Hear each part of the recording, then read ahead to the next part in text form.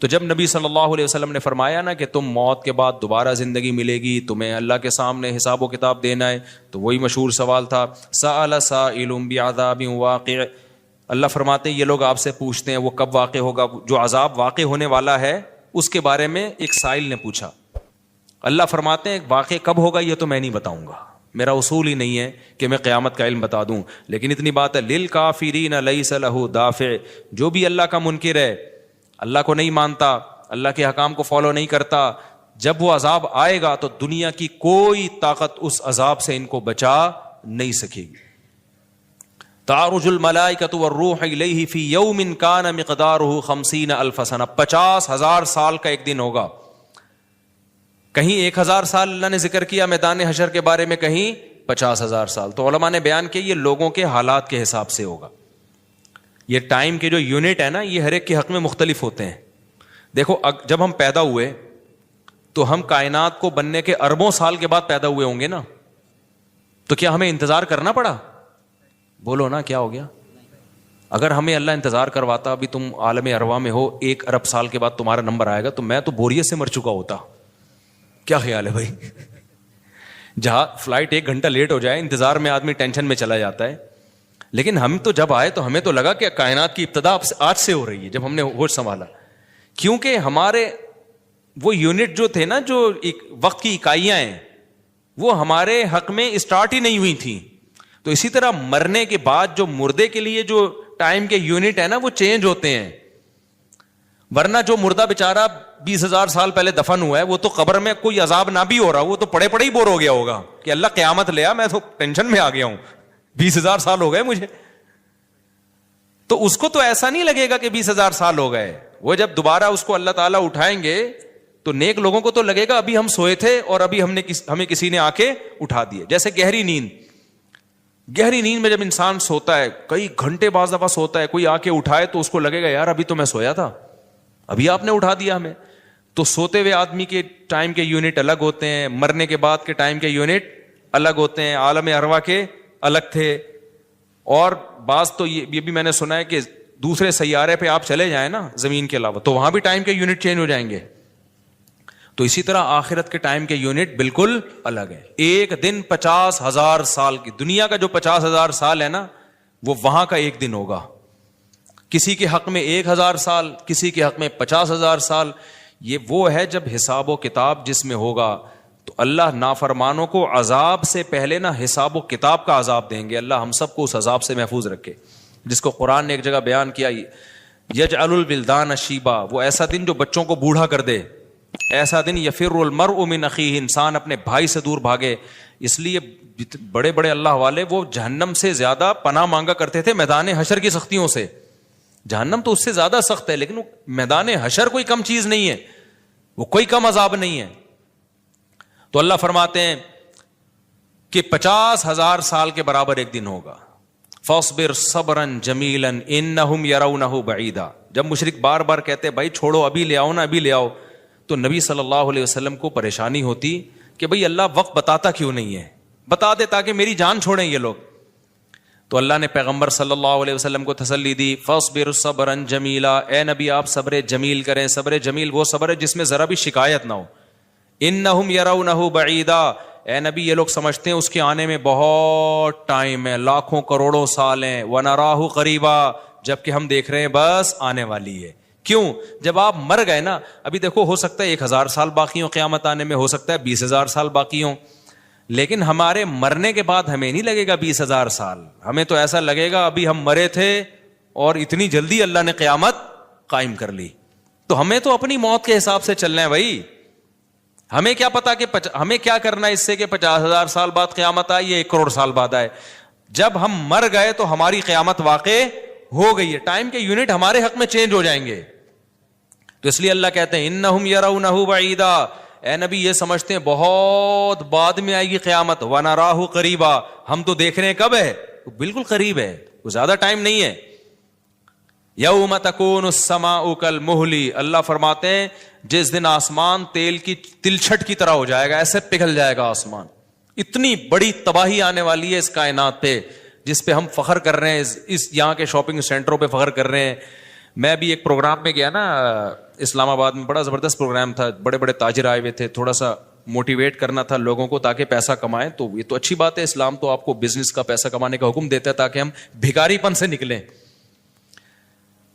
بھکاری پن کو تو پسند نہیں کیا گیا نا, ایک شخص بھیک مانگتا ہے, نبی نے اس کو پسند نہیں کیا, تو پوری قوم پورا کنٹری بھکاری بن کے IMF کے سامنے کشکول لے کے کھڑا ہوا ہو تو ہمارے نبی اس کو پسند کریں گے کہ کوئی مسلمان قوم ہو اور قومی سطح پہ بھکاری بن چکی ہو؟ تو یہ علماء کی ذمہ داری ہے لوگوں کو پیسہ کمانے کی ترغیب دیں, بزنس کی طرف لے کر آئیں, یہ مذہبی ذمہ داری ہے. تو میرا اس میں کوئی کمیشن نہیں تھا, میں گیا, میں نے تقریر کی, لیکن ایک چیز کا مجھے اندازہ ہوا کہ یار ایک چیز یہاں پیدا ہو رہی ہے, پیسہ کمانے کے ساتھ پیسے کی محبت بھی آ رہی ہے. تو مجھے خیال ہوا میں اپنی اسپیچ میں ایک بات کہوں کہ آپ یہاں آئے ہیں, سارے ارب پتی کروڑ پتی تاجر ہیں, سب اپنے اپنے تجربے شیئر کر رہے ہیں کہ میں یہ کرتا تھا, آج میں نے اتنے روپے کما لیے, میں یہ کرتا, تاکہ لوگوں کو موٹیویشن ملے. اچھی بات ہے, بہت اچھا پروگرام تھا. تو مجھے خیال ہوا کہ ایک بات میں کہوں کہ ضرور, لیکن ایک چکر نہ ہفتے میں ایک دفعہ قبرستان کا ضرور لگایا کرو تاکہ نیتیں ٹھیک ہو جائیں پیسہ کمانے سے. ایسا نہ ہو یہ پیسہ قارون بنا دے آپ کو.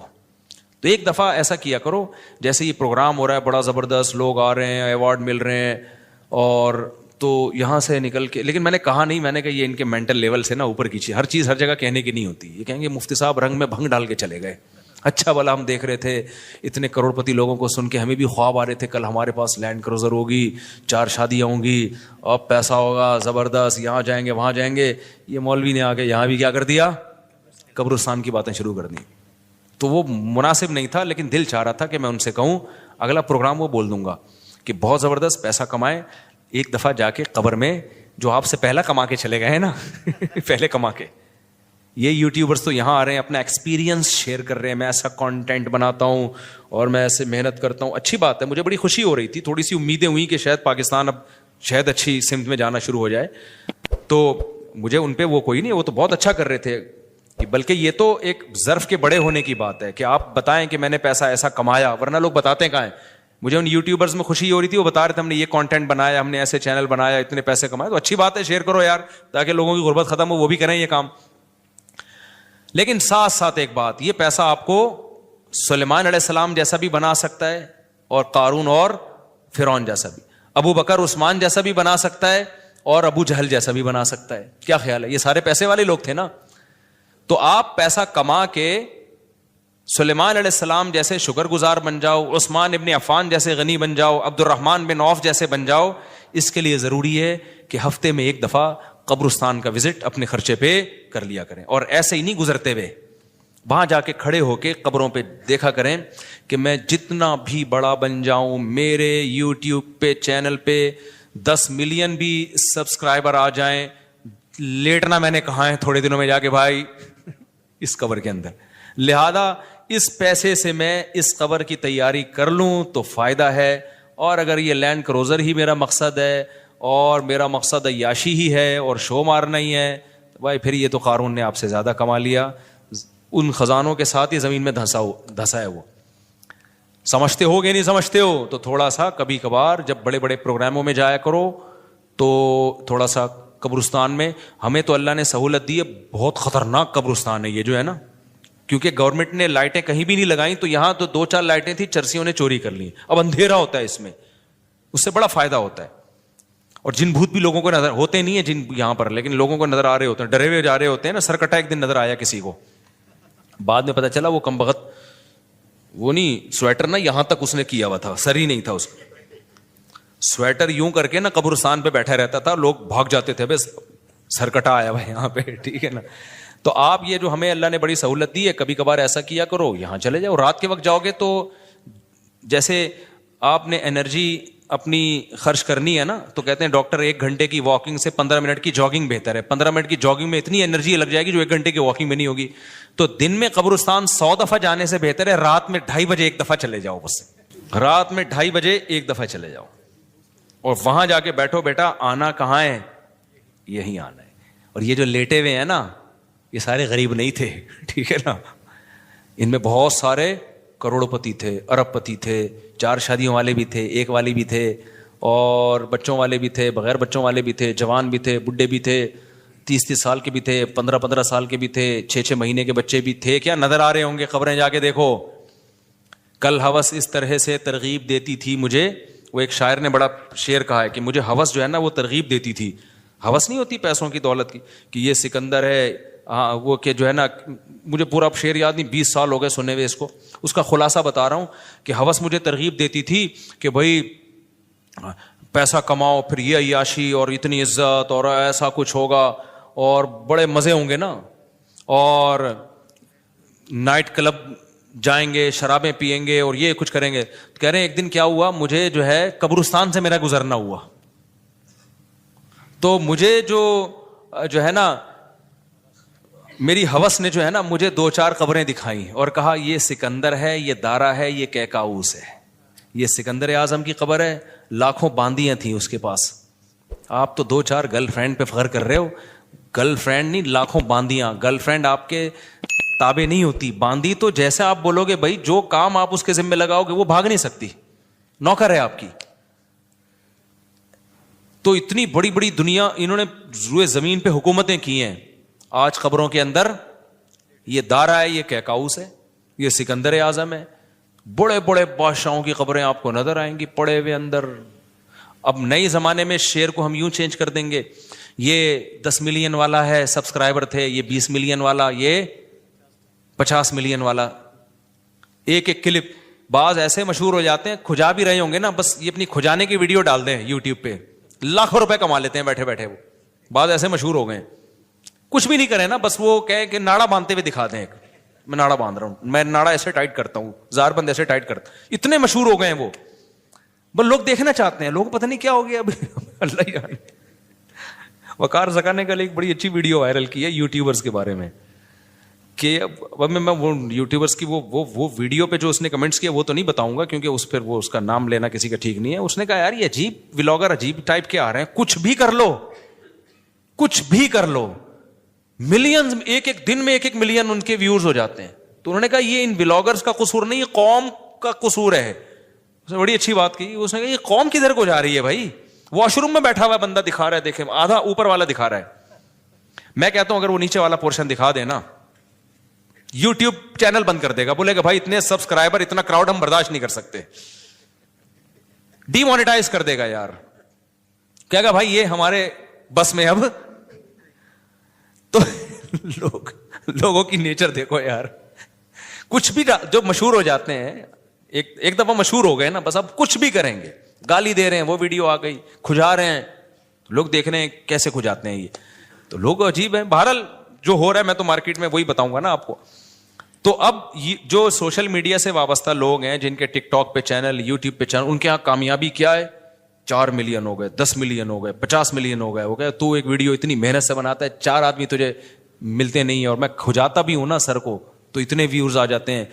تو کل یہ شعر چینج ہوگا, یہ سکندر ہے, یہ دارا قبروں میں نا, تو کہیں گے یہ 10 ملین والا ہے, یہ 20 ملین والا. یہ ناڑا باندھتے ہوئے ایک دفعہ ویڈیو ڈالی تھی اس نے, اور 20 ملین ایسے ہو گئے تھے. تو یہ سب آئے گا مارکیٹ میں.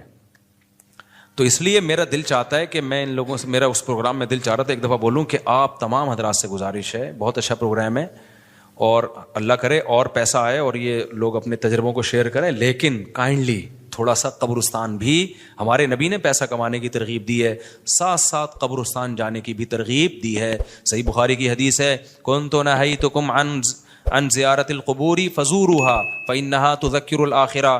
نبی نے فرمایا میں نے تمہیں قبرستان جانے سے منع کیا تھا کیونکہ بدعتیں ہو رہی تھیں, شرک پھیل رہا تھا, لیکن اب توحید قائم ہو گئی ہے, شرک کا خطرہ ختم ہو گیا.